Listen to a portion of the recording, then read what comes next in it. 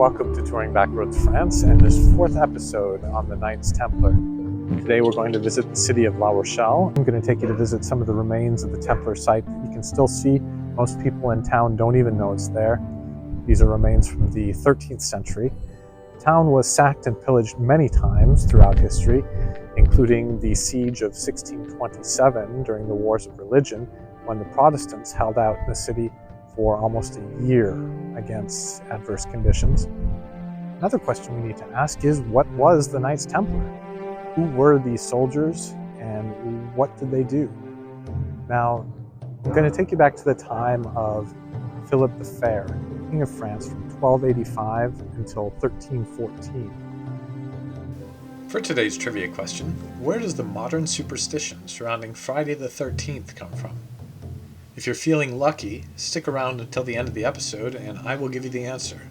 La Rochelle is located on the Atlantic coast, but behind the protective boundaries of two large islands, the Ile de Ré and the Ile d'Oléron. Let's take a look at why the city in France was so important for the Knights Templar. The straits that lead to its harbor offered excellent defenses for outgoing and incoming ships. The city itself was built on a rocky headland from which she gets her name. La Rochelle roughly translates to a small outstanding rock. A similar formation gave rise to Mont Saint-Michel in Normandy. Surrounding the city, low-lying tidal basins and marshlands allowed for a coastal defense system that permitted trade routes inland to be defended from invasion.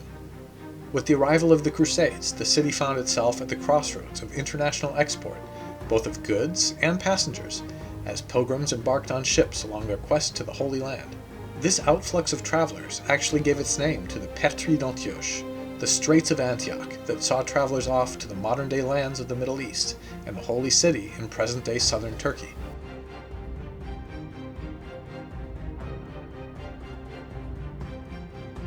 A lot of money flowed through the medieval citadel, coming in from merchants and travelers and finding its way into the Templar banking system, which thrived for centuries.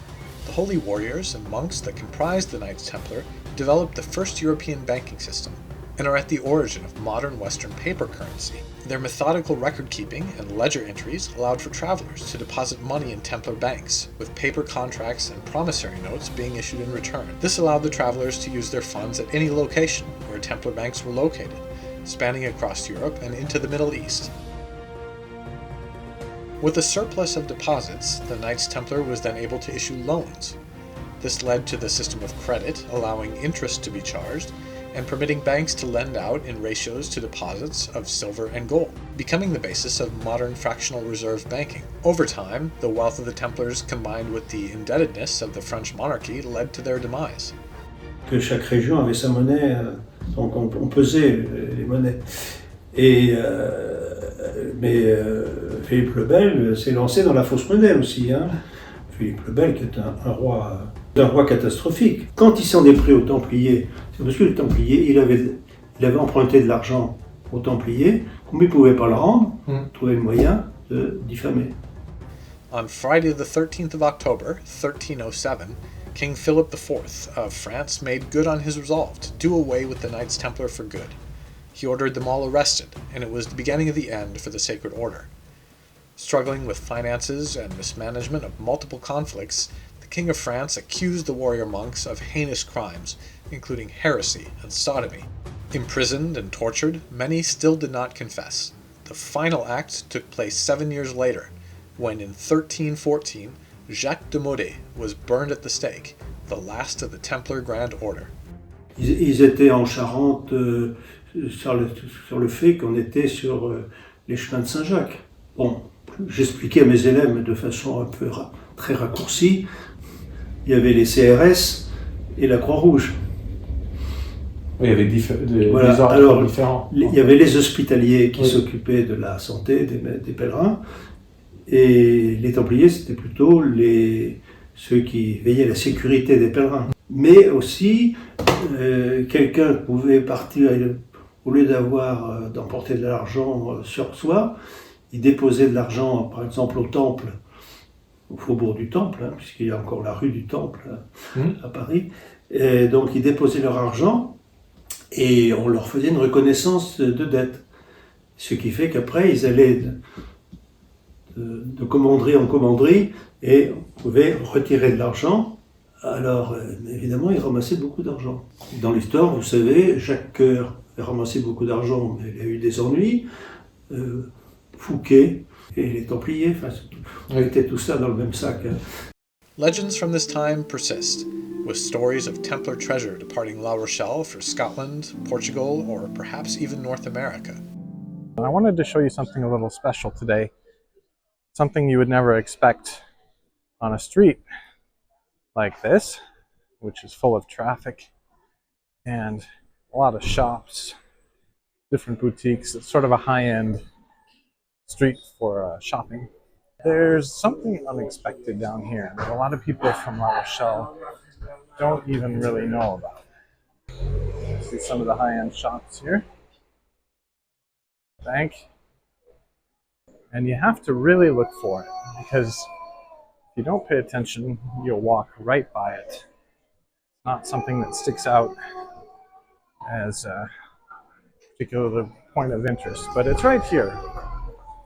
So here we see a gate and a sign, which is kind of covered up. And if we swing around to the other side, we see that this is a Commandery site. So we have to walk down the alley here. So we come into this first opening, which isn't really that interesting, but it gives us some daylight here. And we can see into the back of some of these buildings. Here, recreated in the paving stones, there's the Templar cross. So this is the Commandery Courtyard. Now that isn't original. But when we take a look around, some of these older buildings here, this villa, for example, we swing back around to where we just emerged from the alleyway. And here, we've got some original things. Here, I would assume this was either a hearth, fireplace, or possibly a well, some sort of entry. I don't really know. It's been sealed off. But there is the Templar cross there. And then the remains of some sort of larger stonework. This would have been the foot of the Templar church, which is no longer in existence. And then here we see this part of the building is quite old, and the stonework is quite old. So this would have been sort of ground zero in La Rochelle for the Templars' trading and harbor location. And we're about 200 feet from the harbor here. It's interesting to note as well that the Rue du Paty crossed over a canal. So that was originally a canal, which would have allowed water access as well to this site. This would have been much more swampy at the time. And the second way out to make this alley a through street is through this doorway, which as we come out of, we come into a courtyard with some timbered houses. And this is a very back street location that's known for the students in La Rochelle because this is where all the bars are located. So this is sort of a popular place at night. This is the nightlife scene in La Rochelle, and it all takes place on the former site of the Templar Commandery. So as we come around the other side, here you would never know, you would never suspect that behind these buildings is where the Templar site is located. The outline, and this was done intentionally based on observation of the site. So here we have sort of the outline of the Templar church, which is now the site of a picnic area for a kebab shop. So you can actually walk up top of this. I'm going to scare away the pigeons here. I don't know what this guy's deal is. Guess he's used to people. But this is the site. Here we'll get a better view. Outline of the former Templar church, which is on the other side of the courtyard that we were just in. The answer to today's trivia question, if you caught the date of the mass arrest of the Knights Templar, could originate from October 13th, 1307. Consensus is generally that Friday the 13th comes from Christianity, although there isn't an exact reason that it has developed into a common superstition. In future episodes, we'll continue to explore the Knights Templar and its history throughout France. Leave your thoughts in the comments below.